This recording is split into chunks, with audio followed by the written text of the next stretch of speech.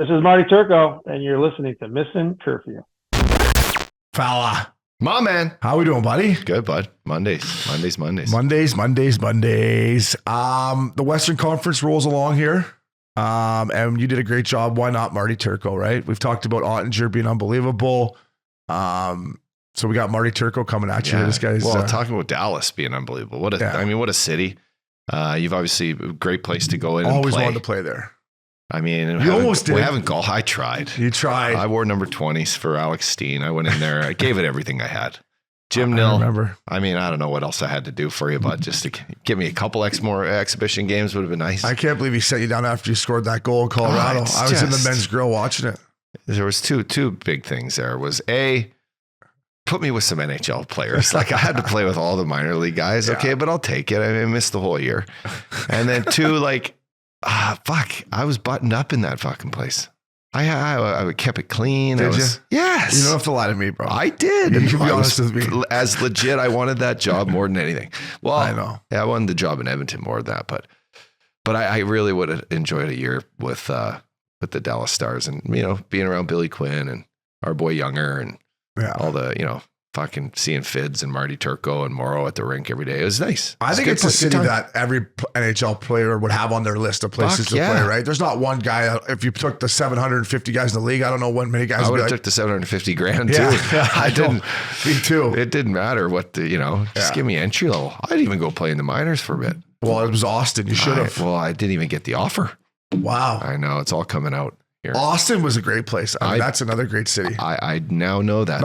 I like Dallas better, but Austin is fun too. So, but enough about me. Here. Like you said though, great fans. Great fans. It's been a great hockey city. You know, you go back in the day, the Reunion Arena, Mikey Moe and the boys, and playing against the Avalanche, and I think they won a cup in 98? Yeah. Can someone Google that for me, Binger?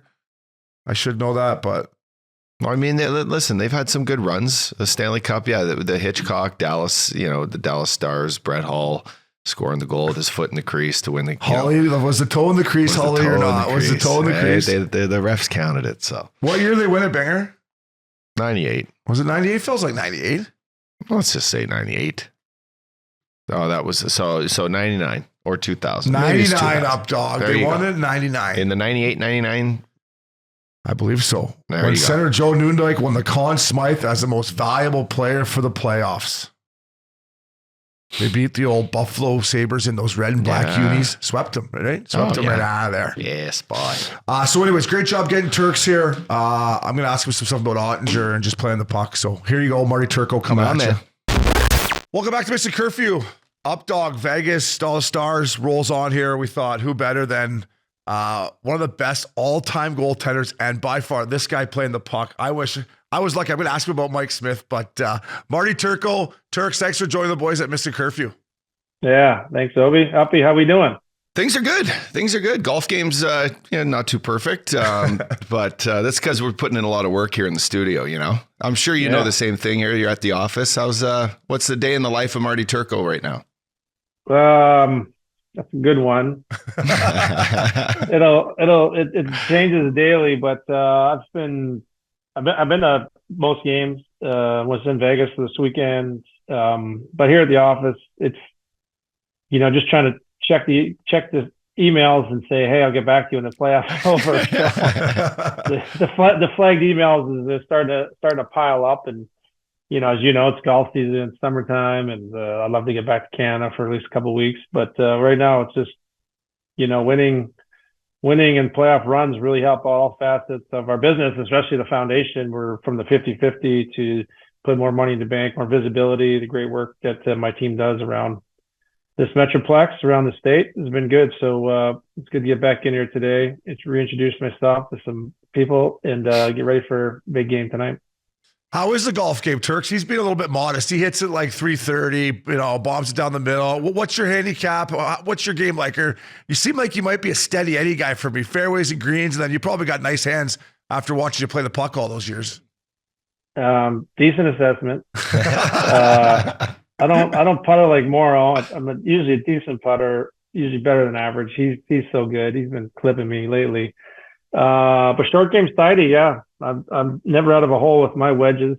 I I just got my hip replaced 11 weeks ago today. And so it's been better. I can start turn on it. I'm getting a little more mobility. I'll never be 22 again, but I think I could swing it like I was 28. So, the distance is almost there. I'm not trying to swing it hard, but, and your comment about Uppy, I didn't know him and Modesty were in the same sentence. They're far first from time. it. First time for Vocabulary, everything. modesty. There's a few things that I don't quite excel at. But no, and who's got a better gig than Morrow right now? I hope his short game's good.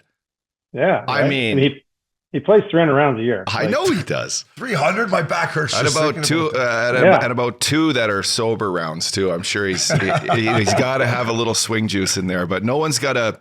His game is tight. I got to say, I was out at Driftwood with him in Austin maybe a month ago, and it's hard to keep up to a guy that just lives on the golf course. I'm like, fuck.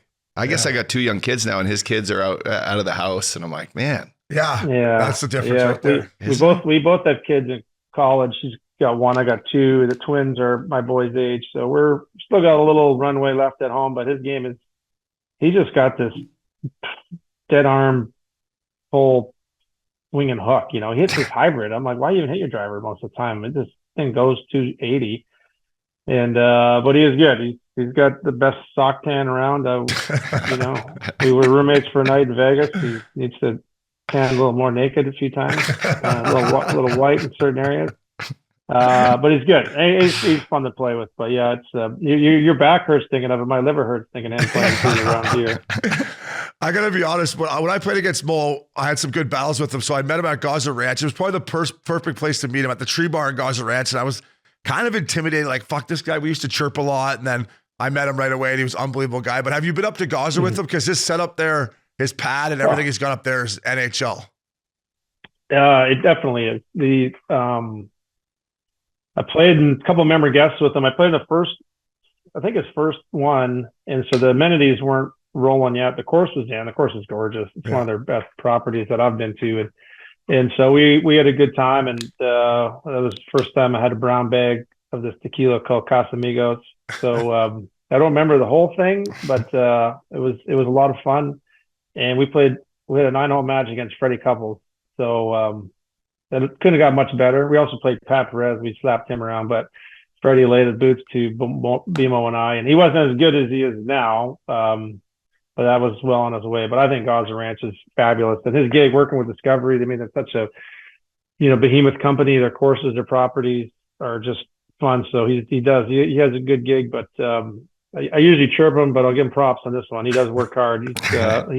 He plays good golf. He entertains really well. And they got a good spot there at Driftwood, and looks like they got another one coming here in North Texas in the Fort Worth area. So I'll get to see him more, which is at least nice for me selfishly.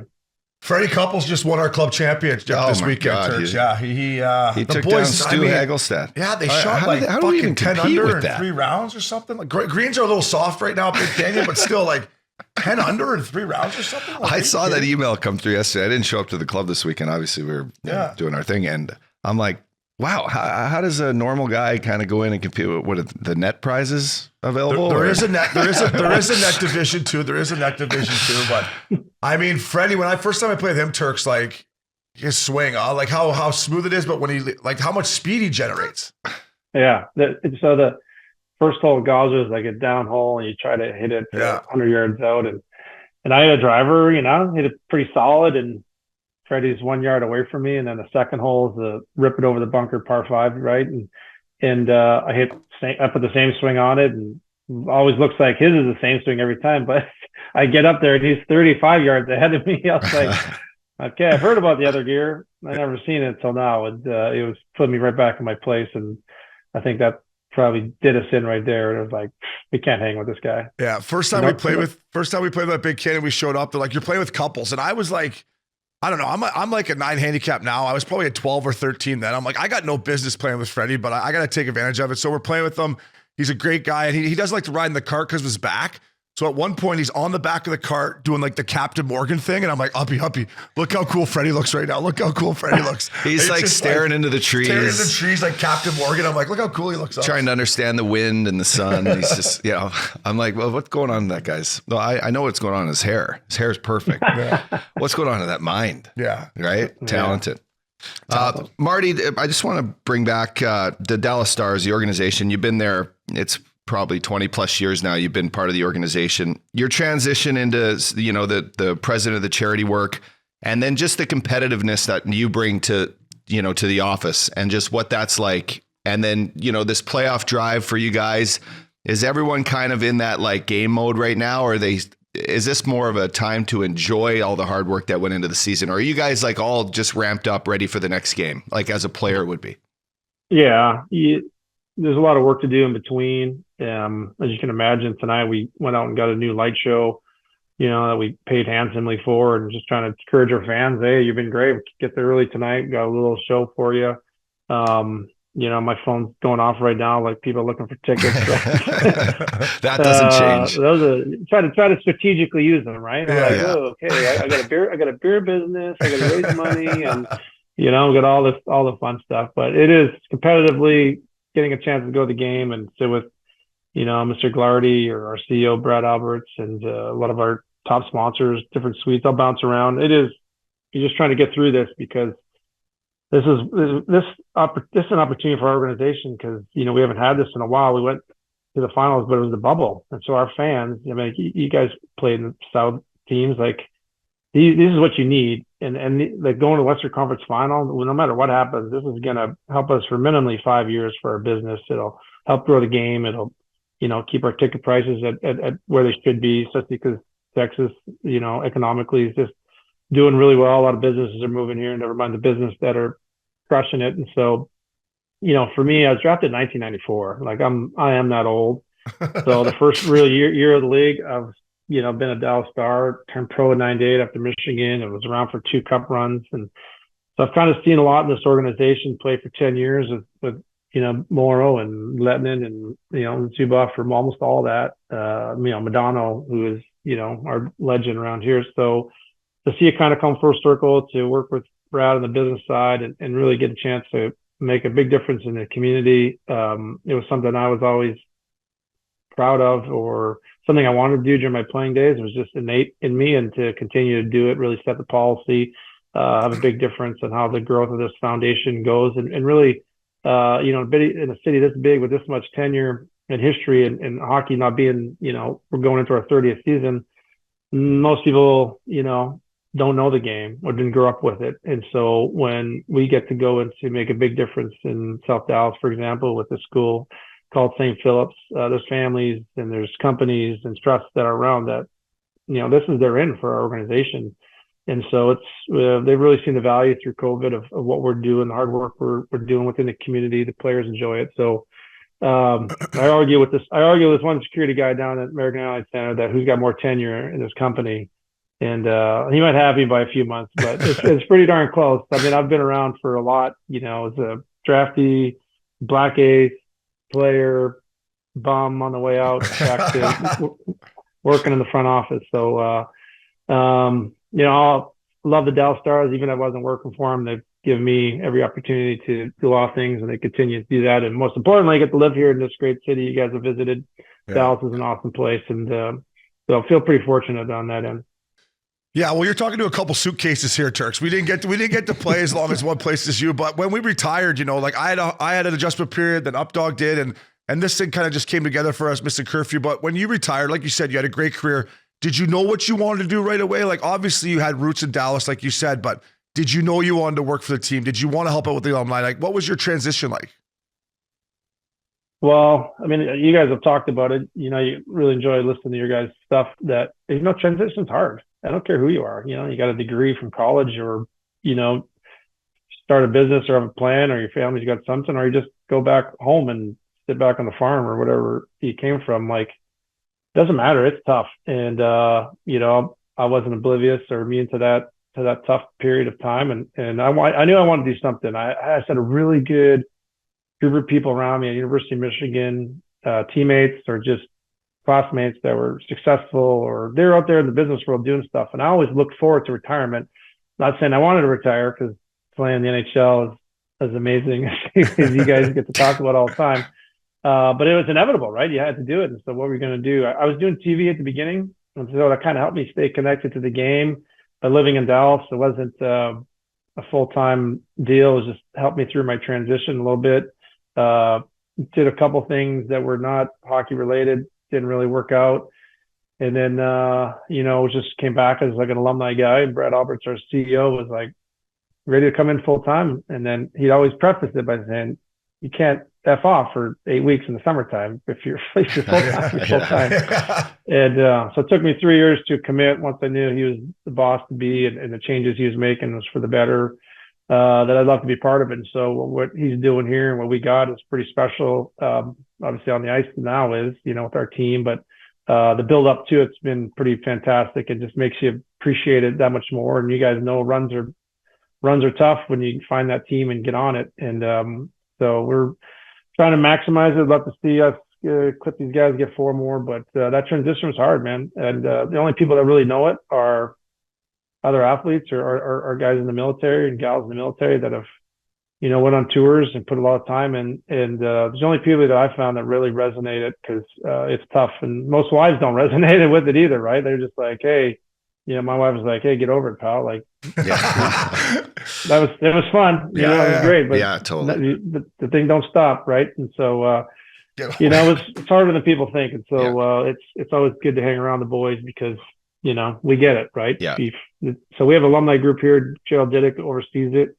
And that's the main point of it, is just to make sure when the guys are done and they want to stay here, which is becoming more commonplace, that they have somebody to talk to, and we get to hang around and just so they know it. So this place has been a lot of fun. Is there something you rely on from your playing days that helps you bridge that gap between like business and like hockey still, like where you're like, now that you're in business and you sit in meetings, you're like, you know what? I've been here before. Fucking remember that time the power play sucked for fucking 10 games and we had to sit down and get together and rely on relationships or go have a beer or whatever. Have you found like there's something you rely on from your goaltending days that helps you just like assess business? Yeah. I mean, every day, and I think it's growing more and more. You think, oh, I'm going to get in business. Say hockey's over. Now what, right?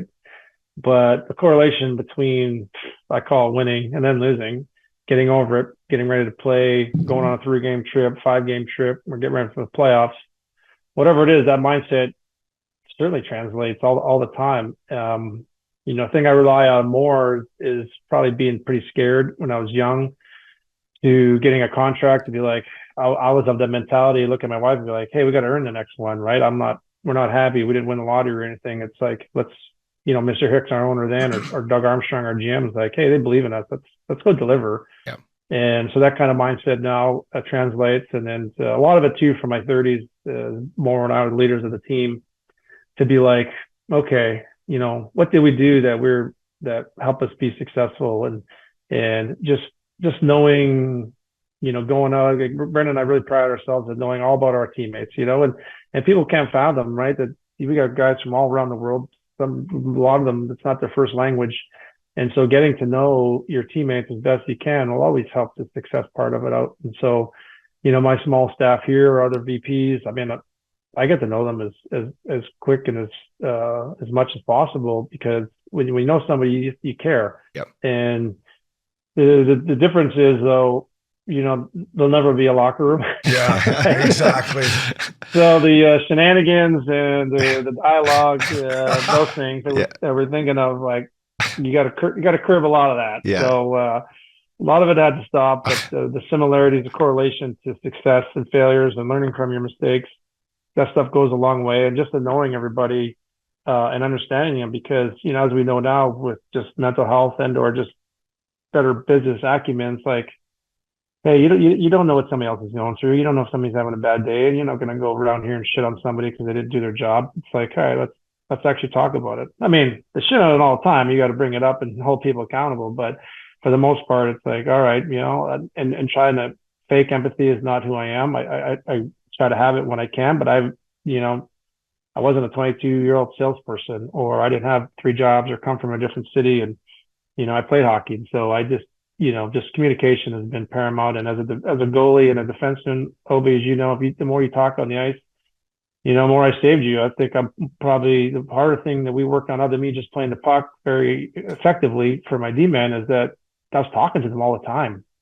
And And, that just helps, right? Just someone's coming on you, not coming on you, and you just get blasting the boards. Of course, I'd go out there and do it myself because no one was able to hit me, and I'd have Uppy over there chirp me all the time, like, I'm going to get you. I'm like, no, you're not. You're not going to touch me. You'll touch somebody else on the ice. We got you, buddy. But, just so on the ice, off the ice, all that stuff, building the team, certainly today, I use it way more than I ever thought I would. And why wouldn't we, man? We play at a high level, and we've all had way more losses in the playoffs than we have win, because I don't know too many people that won 4 or 5 cups in a row. And it's a tough game, but man, we learn a lot, and you just got to get over it too, right? It's like, it's not like just suck it up, people, but talk about it and move on. So I use it every day. I would say it was hard to make the NHL, but fuck, business is harder, Turks. I'm not gonna lie. Like, at least in hockey, you're like, hey, O'Brien, you were shit. You're not playing tonight. Okay, thanks, coach. I'll go up here and get a workout in. Like, business, like, we'd have a conversation. I'm like, fuck, Uppy, that went great. I think that sponsor's all in 100%. Week goes by, 10 days go by. You're like, what's going on? Like, it takes a while to learn what it is and to run a business. And Uppy's helped me tremendously with the curfew, but it's like starting over. Like, yeah, we can use what we learned, Turks, from hockey, but it's kind of like starting over again to a certain extent. It is. You retired, right? Yeah. And it's a new business. We started a beer company. I don't know shit about brewing beers, selling beer distribution. Then it's like, oh yeah, you got to be fiscally responsible, and when you really think about it, why we play in the NHL, or why I think most guys do, is because you can get over it. Yeah, you have the talent, but when you get to the league, you're like, man, that guy's brain dead, or they just. They're hurt all the time, and you wait for your opportunity. And we don't think of ourselves as like, we think less of them on mistakes and things that bruised us to get along the way. But if you really think about it, there's so much times that you just like, the best part of you is like being able to pick yourself up, or when you didn't play much that night, or you got benched, or I got pulled in net. It's like, okay, well, I got over it pretty quick, or else I was on the bench a lot longer. Yeah. And that's a talent all in itself, right? And that's the beauty of being an athlete. Yeah, we probably had a lot of fake confidence going out, off and on the ice, walking around, but that was earned. And so what you guys are doing and what we're all doing in the business world, we got to earn it again. And it is like starting over, but having that mentality already at this age, when you get into your 30s, 40s, and some of our colleagues that are in their 50s and doing well in the business world, you got to cut your teeth and butter your nose as much. And I think it's a little bit different. It is like starting over, but because we have the experience that we had, to me, it's not. We just have to understand that sooner than later. We earned the right back then too to walk around our office with no towel on.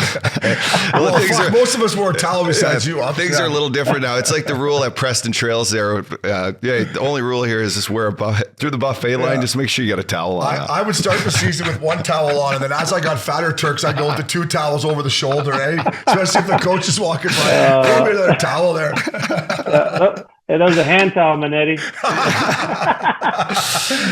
Hey, Turks, let's talk about this Dallas Stars team. And I wanted to ask you, the perfect guy to ask, obviously, Oettinger. Just what you think about him. To me, as an ex-defenseman, his bounce-back ability. I know they lost 2 in a row in Vegas, but anyways, before that, his ability to bounce back, like, to me, for a goalie, that's got to be, like, one of the nicest things that you can bounce back after a loss. Yeah, you're right. The kid's got it all. You know what I've been saying though, is like on the radio stations, and I've been saying this for a year now or more, is like the kid's 6'5". He's 24 years old, barely, and signed a nice contract. A super nice guy. It's like, and he's got a nice golf swing. Say that. Yeah, he loves golfing. Yeah, drives a nice car. So I hate him. But all those things are true, other than the fact that I'm a big fan of the kid. His bounce back ability is good, and this is the best thing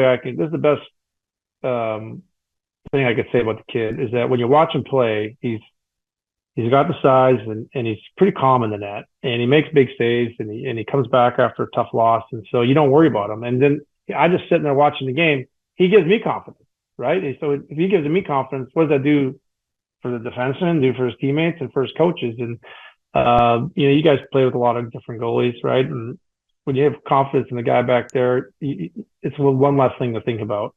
And that's where we look like we got a long runway with this kid, and hopefully there's some championship runs, and hopefully next guy to put his name on the cup. But we got a little work to do right now. But he's good. And I think there's a bunch of things he could still learn and get better at. But man, he looks pretty solid in the nets most night for us.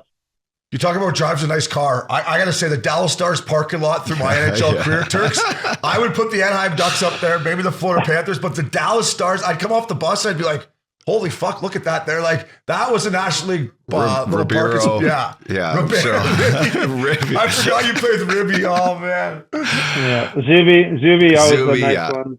Madonna couldn't help himself. Yeah. Hatch would have drove a big pickup, though. Hey, Hatch wasn't driving it. He drove a pretty simple car. Yeah. Once in a while he had a nice car. He had a Hummer in Philly with me, actually. He had a Hummer. Yeah. He had a Hummer. I had free cars my whole career. I was a spoiled little goalie. First free car I ever got was a 911 convertible. Boys are like, virgin. I was like, they gave it to me, idiot. Pile in the back. Morrow couldn't fit in the back. He had a right second, so he had that going for him. That's great. I wanted to ask you, you've obviously been through in your time in Dallas a lot of great leaders. Watching Jamie Benn kind of bounce back and have the season he's doing and leading these guys, and getting to know Ben when I was there for training camp. Talk about him and Segs and just this push that they're doing right now, knowing that they're as close as they've ever been again. And just what you see out of those guys on the daily. Well, Benner's been, he's close to a generational player because he's just so unique and certainly in his prime, he can dominate. We saw at the Olympics actually how much he can help a team when you don't think he's the best player, in the country or, got to be a third, fourth liner to make a difference. The Art Ross that he won was awesome. Piling those goals at the end. But all this guy wants to do is win. He's tough. He does everything. He takes face-offs. He's really talented. I just think he's got his head up just as much as anybody does in the league, and the way he can handle the puck for bigger guys, impressive. But most importantly, he cares. He learned a lot from Morrow of what to do in the locker room, and he just wants to play hockey and wants to win. And he knows being a leader amongst men just comes innately to him. Having Pavelski here really helps him because Joe's has got a little more experience, and most importantly, he's a really solid dude, and he'll talk to the young guys and a little higher communicator verbally. Seggy's been there. He's getting older. You always think Tyler Seguin's young because he's a heartthrob, but when Pavs went out, step in there and popping some goals in was huge. And you can't have a playoff run without depth scoring, and whether Seggy's on the first line or the third, he's out there shooting pucks. So, we need him, but we got an amazing first line, and contractually moving forward, with Rupe Hintz signing the deal and Robertson and even Miro too.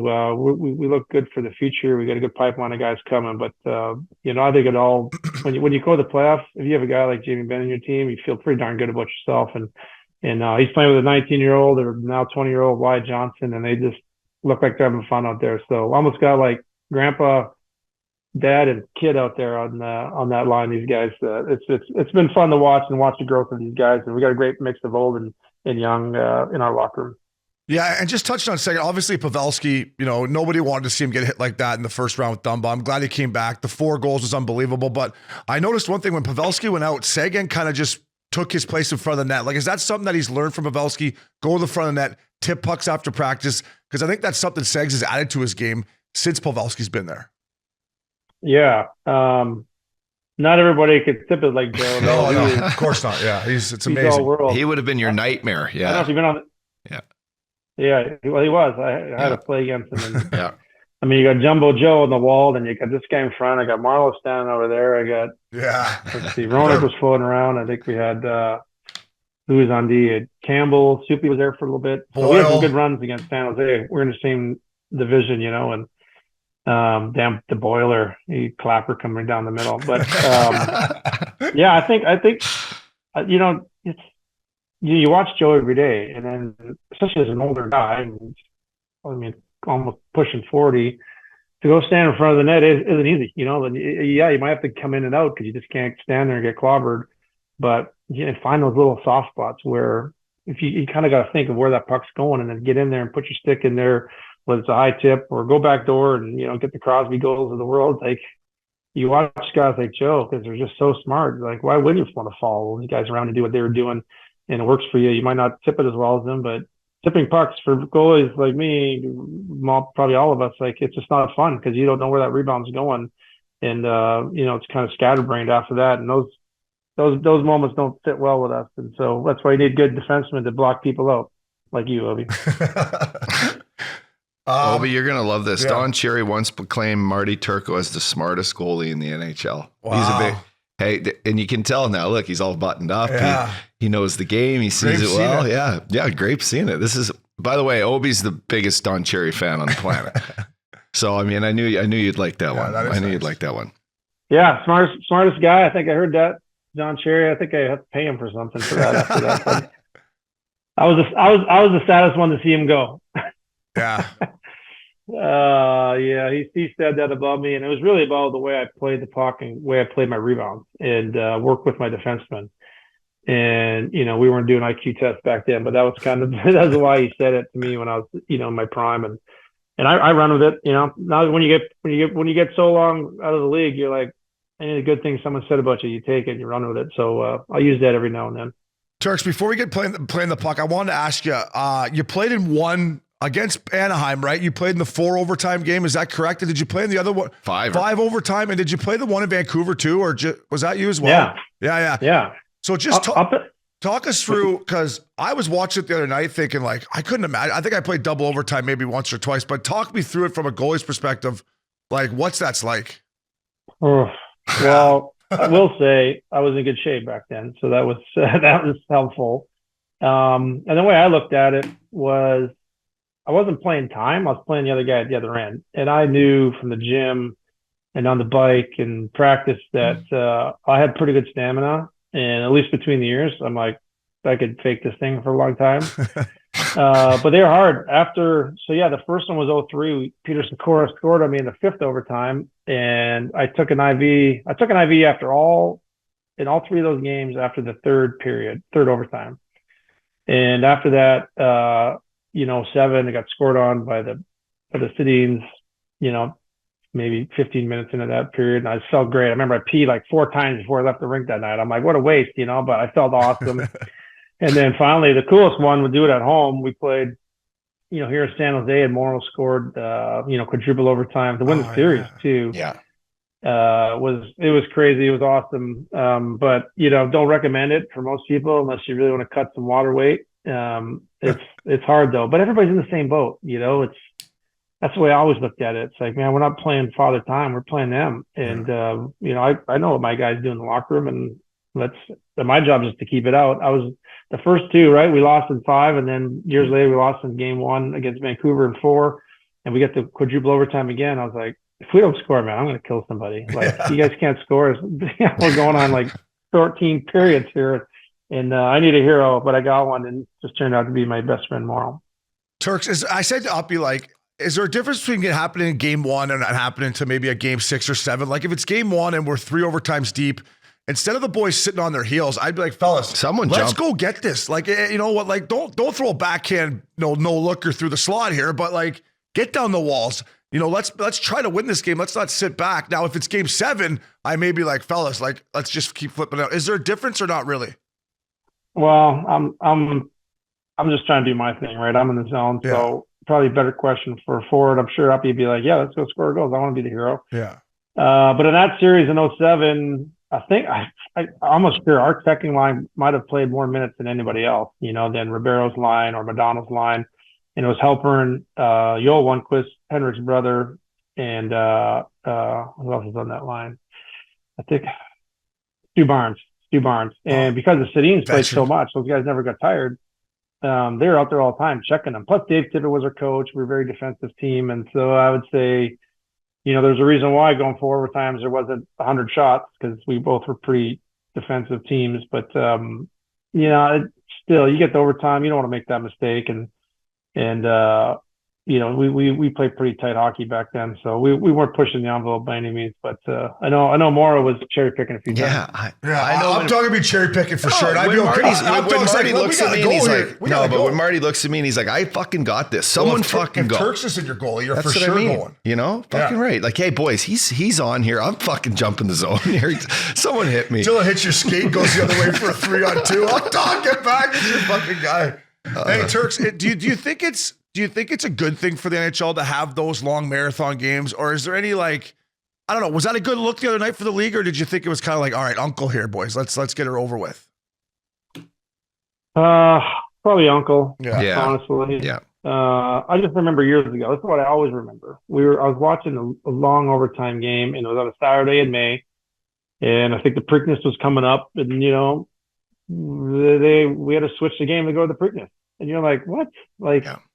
A third triple overtime game, and they had to go to a different channel, and nobody wants that. And after watching Forsberg score in like 92 or 3 in the Olympics, and watching many Olympics and World Juniors, and now we have shootouts in our league, I'm like, I promise you, and even in the regular season, it's 2-1, it's 2-2 at the end of a game, and they thinking shootouts, there's possibility coming. No one's leaving, because there's a definitive end to it. And I'm not even saying I'm pushing towards it, because it's statistically it's pretty rare. Even though I, at one point, played in 3 of the 8 longest games in the history of the NHL. I was like, I'm the one saying uncle. I had no problem doing it. It was fun. People talk about it all the time. It's good, but in terms of TV and entertainment value, I don't know. Sometimes you just got to kind of call it when you see it. And, our fans, they got 3-4 hours in them. The hardcore's got more. But if we could find out a good solution for everybody, I'd be all for it. It's like when they put the Preakness on, you're like, fuck, we better pick a horse here, boys. Who you like? Who you Pause the game. I got the 13 on the rail there, boys. Marty, I had a chance to play in a Game 7 in that building there, American Airlines, back in, I think, 2016. The fans, I mean, we kind of kept them quiet that game. I think we got them 6-1 or something. It was, anyway, the fans and the atmosphere in that building are great. Like, it's one of the loudest buildings. And the Ice Girls. What are you expecting tonight? I know it's game 3. What a tunnel. By the way, if that's not the best tunnel coming out with them on your right and Billy Quinn on your left, I don't know what. Quinn, how you doing there? Hold on a second. Hold on, bud. Let's go on there. Talk about the fans. Like, are they? What's the atmosphere going to be like for the Western Conference Finals tonight? We're so fortunate to have, a long-standing core fan base, but that's just grown exponentially. And most people don't realize, we own operate 16 sheets of ice around here for many years, about to be 26 here the next couple, that our fans get it, and let's just say my neighborhood, for example, the 20 closest houses, I bet you only 3 of them are actually from Texas. And a lot of those people that migrate here, even the ones from California, they've been around hockey and they get it. They know it's great live. And so our building's packed. We got great fans. They love to have cocktails and they get right into it. And we put on a really good show as well. And we've always have. And so we get it. People want some entertainment. We also know core fan wants to just, watch and listen to hockey and have some good music while we're doing it. But man, I'm not even shocked anymore, because I've been around it for so long, how great our fan base is. And this is why these runs like this are so important, not for our current fan base that's paying the bills, but for that next wave of fans, or that 25-year-old that's on his way or her way to being a company owner or being an executive, where they start spending the money. They're like, I want to spend it right here at American Airlines Center, because the Dallas Stars, we treat everybody as well as we can, and we learn every year. We do great stuff in the community. You want to be associated with a good brand, and then we have a good product on the ice. I mean, it's tough. You guys know, 32 teams, only 16 make it. You look at Florida, right? The last team to get into the playoffs, but you just got to make the most of it. And so for us and our fan base, it's a wonderful time. They're going to show up, and they're really loud. We put on a really fun show, but our fans, they're usually not on time during the regular season, but come playoffs, they're on time, and tonight will be spectacular.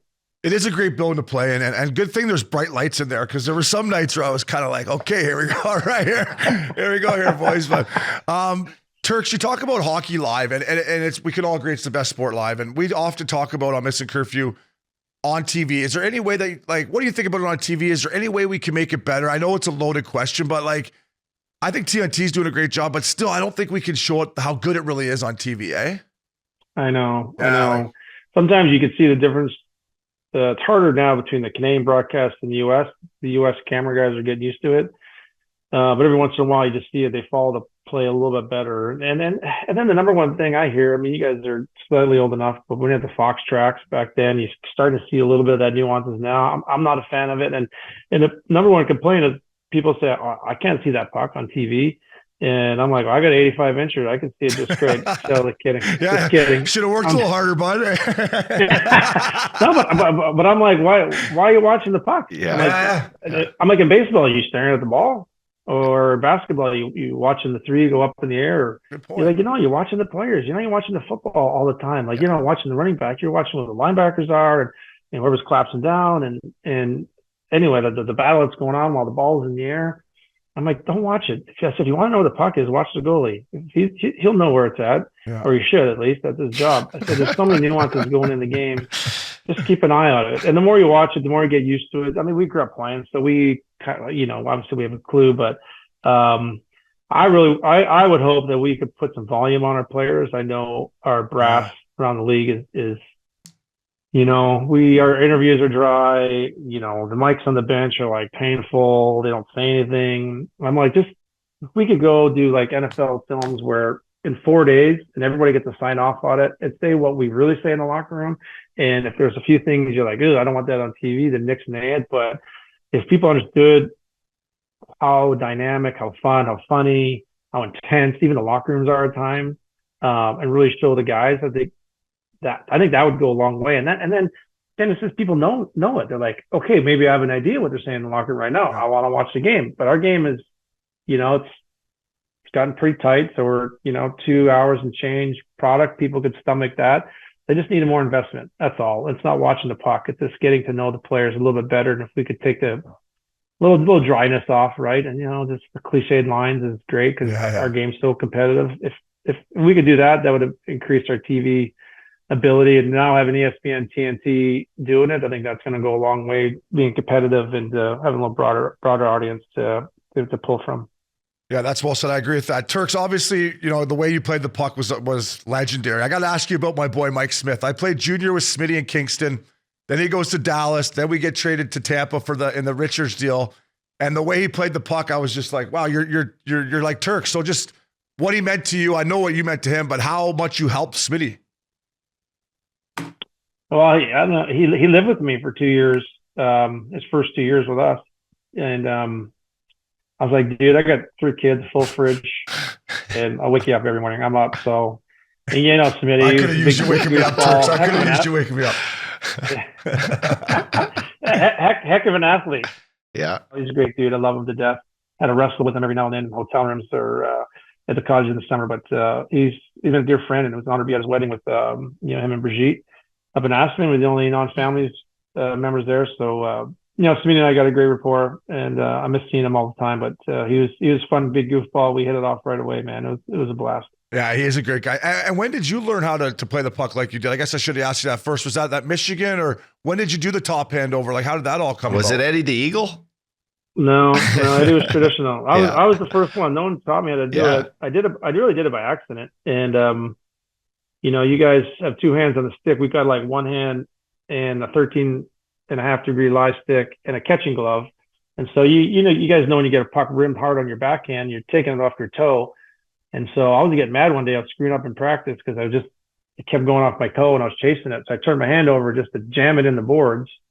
And then once we introduced forecheckers, I didn't have time to flip my backhand over. And so I passed it to the defenseman. I was like, bing, light bulb went off.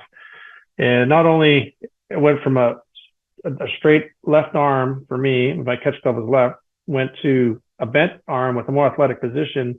And so I had a flatter sauce, I had a more accurate sauce, I had a wider dispersion rate of where I could pass the puck. And then just as important, I can actually rim it hard on my backhand on the glass. Yeah. And so I could flip it over, even little dump sauce passes over uppy stick when he was coming in, thought he had me. And like, oh, sorry. There it goes. Back to the bench, change. So he didn't get the dash. I might slash you on my way by, take two. There's a few guys that did, and you were not one of them. I remember. He's like, oh, here comes Upshaw again. He thinks he's got me. A little backhand sauce over the twig. Hey, Turks, I wanted to ask you, though, and Smitty would say this because we had Torts in Tampa, and Torts loves Smitty, and he was okay with turning one over, but you would hear Smitty say, like, if I come out and turn one over, it doesn't stop me from going back out there again. Like, you had that mentality, too. I'm not saying you turn him over all the time, but if you did, that wasn't in your mind, right? You're like, I'm going to go out there and play that puck again. Well, we hate letting down the guys. I mean, we love, making the save, give us a chance to win, and that's like, I mean, that's just as bad as letting a win from the blue line. Yeah.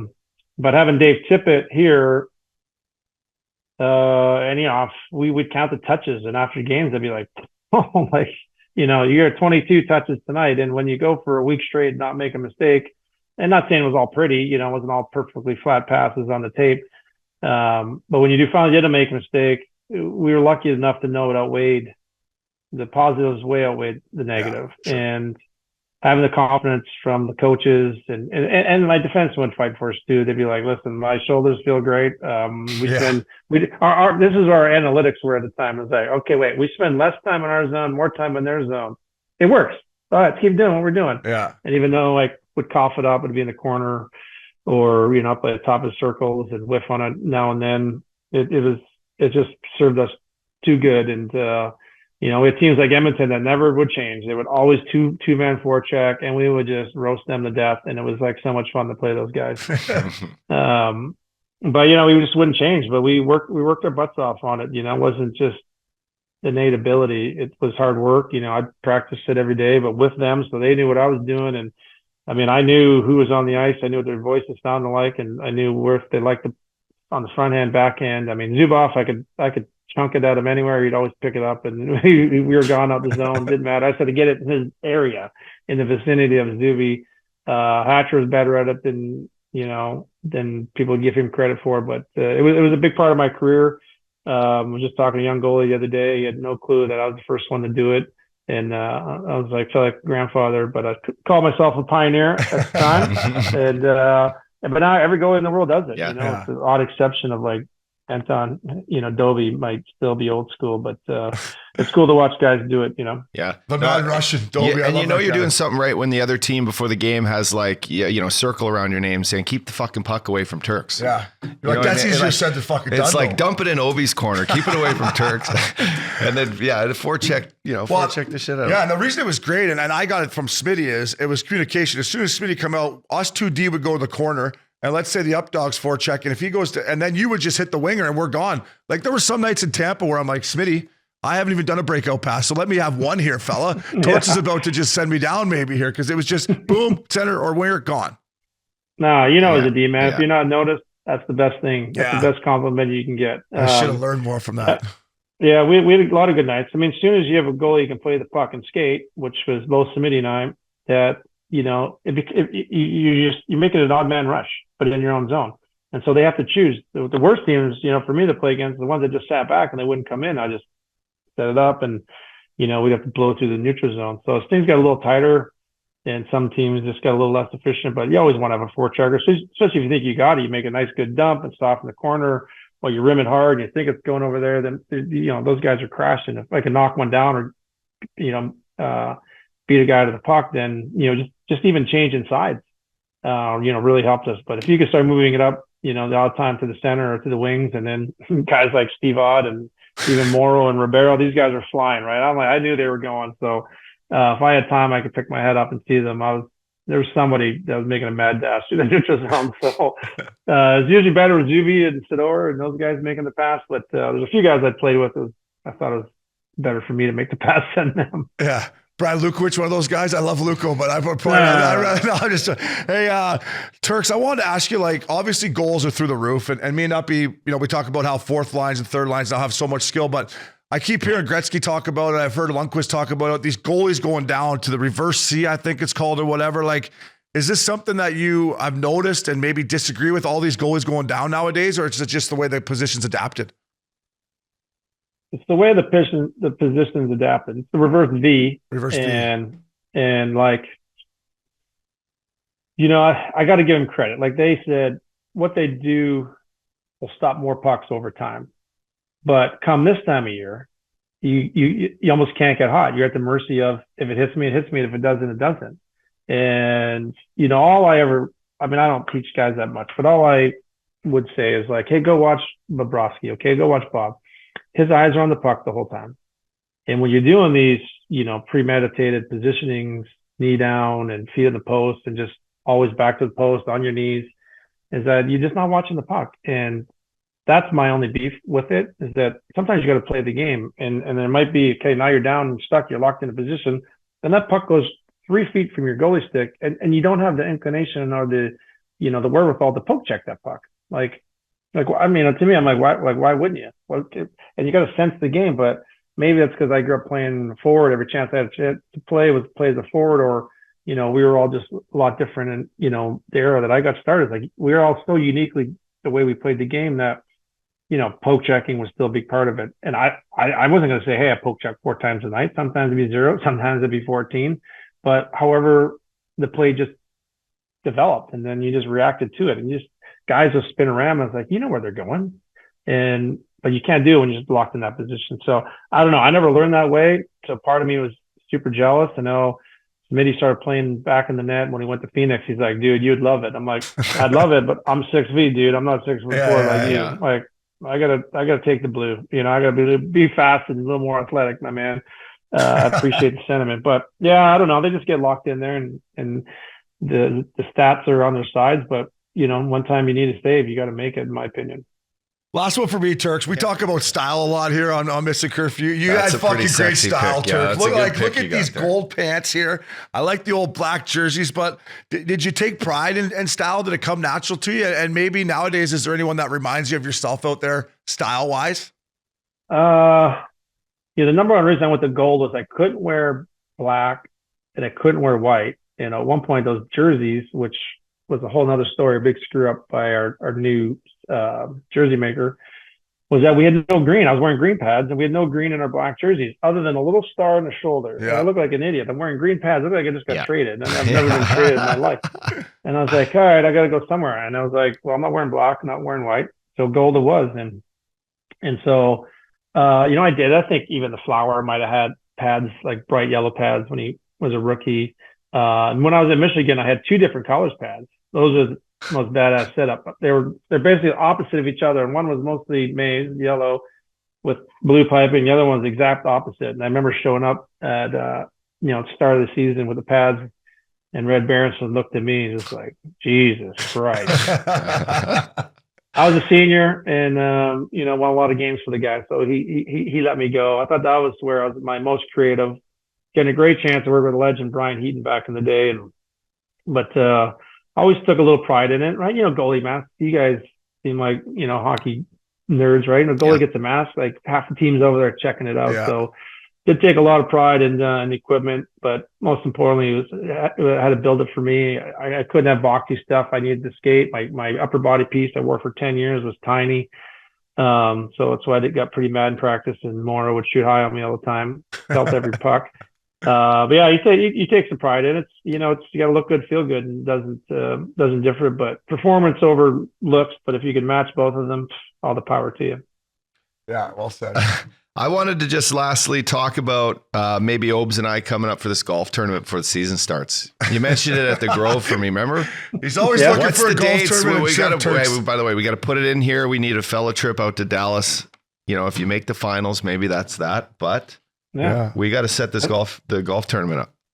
Well, why don't you guys come here and play some more PT? And I remember at Blue Jack down, and it's only 2.5 hour drive, Tiger's first course. But we don't have a day for the tournament yet. So you guys will know. Kings of Brewing will be sponsoring it for sure. We'll have a lot of fun, and maybe we can. Nancy, what's her name? Nancy. What is it, Nancy Kerrigan? Who got hit? Tanya Harding. Yeah. Tanya Harding. Yeah, I'll take care of more for you guys. Come to town.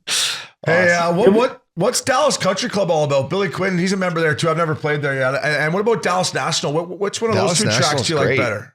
It's a nice track. Well, Dallas Country Club's short. Like they're just landlocked, even though they have probably 100,000 plus square foot hotel. Looks like over there, right in the middle of Highland Park. So it's beautiful. It's a great hang. But it's just a really short course, and they're redoing theirs in Georgia. Dallas National's shutting down to do some big redos, but that's always been our number one rated course. Sometimes number one rated in the state.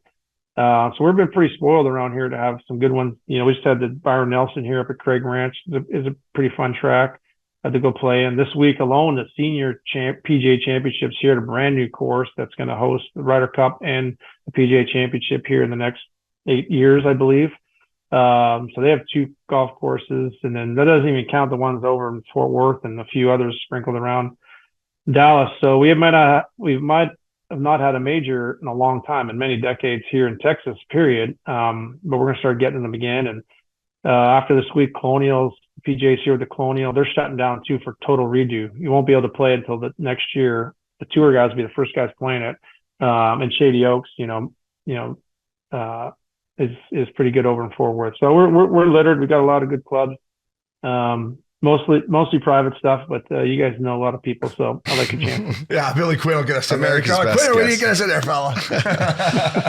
Well, Marty, we know you got a game day, so buddy, we appreciate the time, bud. And, always a pleasure. Love to have you on again, and we'll come see you and tee it up.